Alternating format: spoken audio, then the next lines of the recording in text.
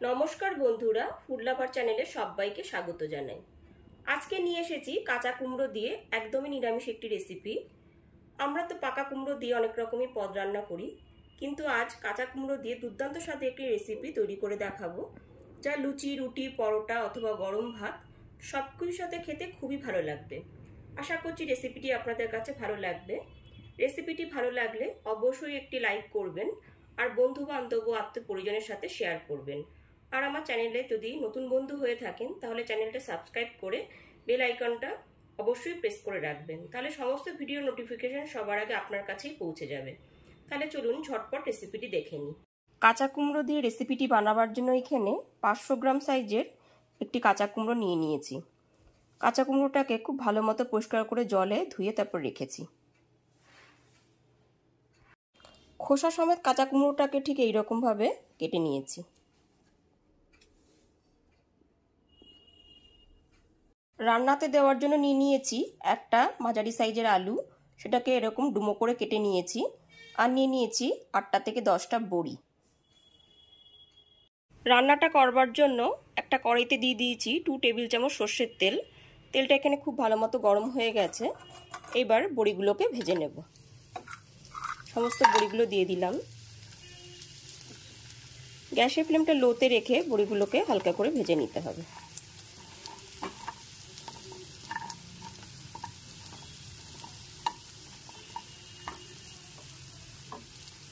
গ্যাসের ফ্লেমটা লোতে রেখে বড়িগুলো 1 মিনিটের মতন ভেজে নিয়েছি।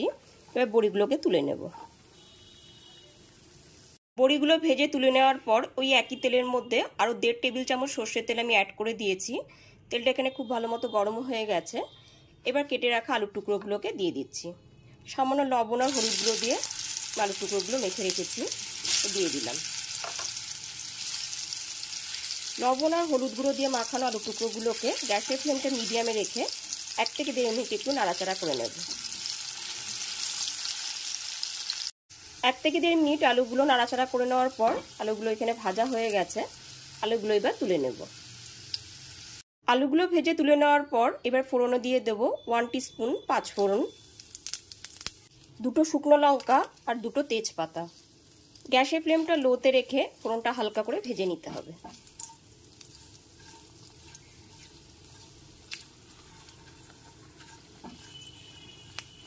পাঁচ ফোড়ন দেওয়াতে ফোড়নের গন্ধটা খুব সুন্দর এসেছে। ফোড়নটা এখানে হালকা করে ভেজে নেওয়া হয়ে গেছে। এরপর এতে কেটে রাখা কাঁচা কুমড়োগুলোকে দিয়ে দিচ্ছি। টুকরো করে কেটে রাখা কাঁচা কুমড়োগুলো দেওয়ার পর খুব ভালো মতো একবার নেড়ে নিচ্ছি। গ্যাসের ফ্লেমটা এখন মিডিয়ামেই আছে। এরপরেতে দিয়ে দিচ্ছি 1 টিস্পুন লবণ আর দিয়ে দিচ্ছি 1 টিস্পুন হলুদ গুঁড়ো। হলুদ গুঁড়ো আর লবণটা দিয়ে খুব ভালো মতন মিশিয়ে নিতে হবে।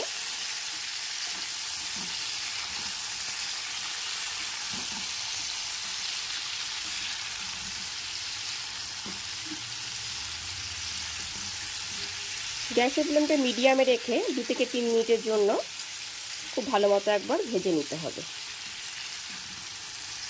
কাঁচা কুমড়োগুলো ভেজে নেওয়ার সময় আমি আলুর টুকরোগুলো অ্যাড করে দেবো। ভেজে রাখা আলুর টুকরোগুলো অ্যাড করে দিলাম। আলু আর কাঁচা কুমড়ো দিয়ে খুব ভালো মতো একবার মিশিয়ে ভেজে নিতে হবে। আলু আর কাঁচা কুমড়োটা খুব ভালো মতো মিশিয়ে নেবার পর 2 থেকে 3 মিনিটের জন্য একবার ঢেকে দিলাম। 2 থেকে 3 মিনিট পরে ঢাকনাটা খুলে দেখে নিচ্ছি। আলু আর কাঁচা কুমড়োটা খুব ভালো মতো একবার নেড়ে নিলাম। এরপর এর মধ্যে অ্যাড করে দেবো 1 টেবিল চামচ আদা বাটা আর 2টো কাঁচা লঙ্কা আমি চিড়ে রেখেছি, সেটা দিয়ে দিলাম। আদা বাটা কাঁচা লঙ্কাটাকে খুব ভালো মতো একবার মিশিয়ে নিতে হবে।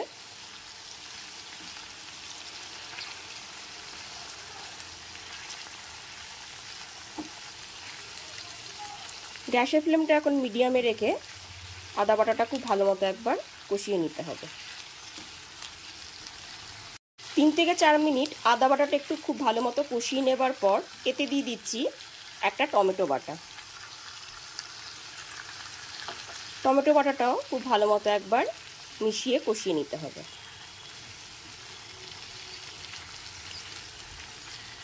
টমেটোটা খুব ভালো মতো মিশিয়ে নেবার পর এর মধ্যে দিয়ে দিচ্ছি 1 টিস্পুন জিরের গুঁড়ো,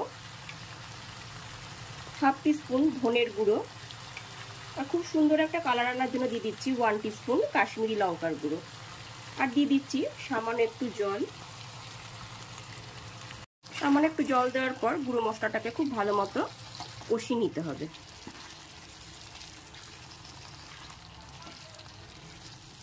মশলাটা কষাতে কষাতে এখানে কিন্তু খুব সুন্দর একটা কালার আসছে। মশলাটা ততক্ষণ পর্যন্ত কষাতে হবে ততক্ষণ পর্যন্ত মশলাটা থেকে কাঁচা গন্ধ না চলে যায়।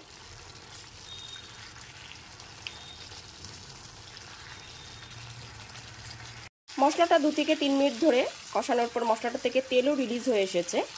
এরপর এর মধ্যে স্বাদ মতো আরেকবার লবণ দিয়ে দিলাম, আর দিয়ে দেব 1 টিস্পুন চিনি। যেহেতু এটি নিরামিষ রান্না, চিনিটা দিলে স্বাদটা খুবই ভালো আসবে। চিনি আর লবণটা দিয়ে খুব ভালো মতো একবার মিশিয়ে নিতে হবে।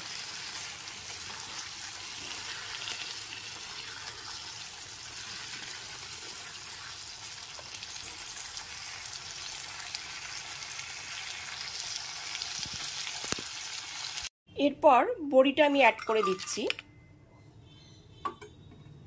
বড়িটা দিয়েও খুব ভালো মতো একবার মিশিয়ে নিতে হবে।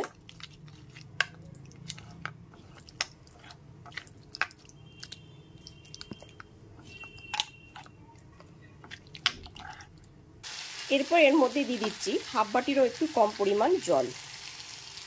এখানে আমি গরম জলই দিয়ে দিলাম। জলটা দিয়ে খুব ভালো মতো একবার নেড়ে নিচ্ছি।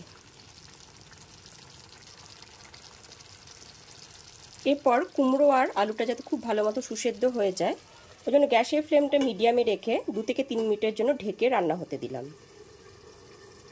এরপরে ঢাকনাটা খুলে দেখে নিচ্ছি।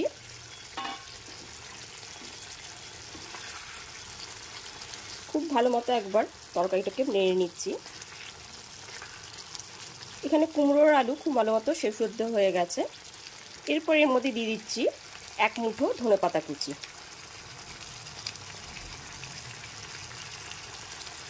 ধনেপাতা কুচিটা দেওয়ার পর খুব ভালো মতো একবার মিশিয়ে নিয়েছি।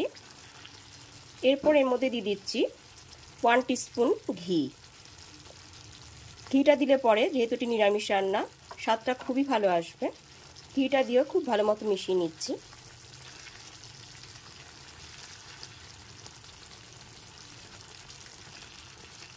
এরপর গ্যাসের ফ্লেমটা অফ করে দিলাম। গ্যাসের ফ্লেমটা অফ করে দিয়ে 2 থেকে 3 মিনিটের জন্য ঢেকে স্ট্যান্ডিং টাইমে রেখে দিলাম। একদম ফাইনালি রান্নাটা রেডি হয়ে গেছে। গরম গরম রুটি, লুচি, পরোটা অথবা গরম ভাতের সাথে এটি খেতে অপূর্ব লাগবে। তাহলে চলুন পরিবেশন করে ফেলি।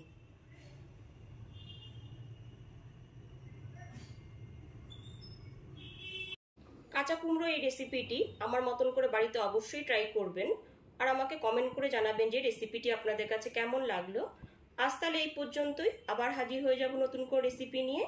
সবাই খুব ভালো থাকবেন, সুস্থ থাকবেন। ধন্যবাদ।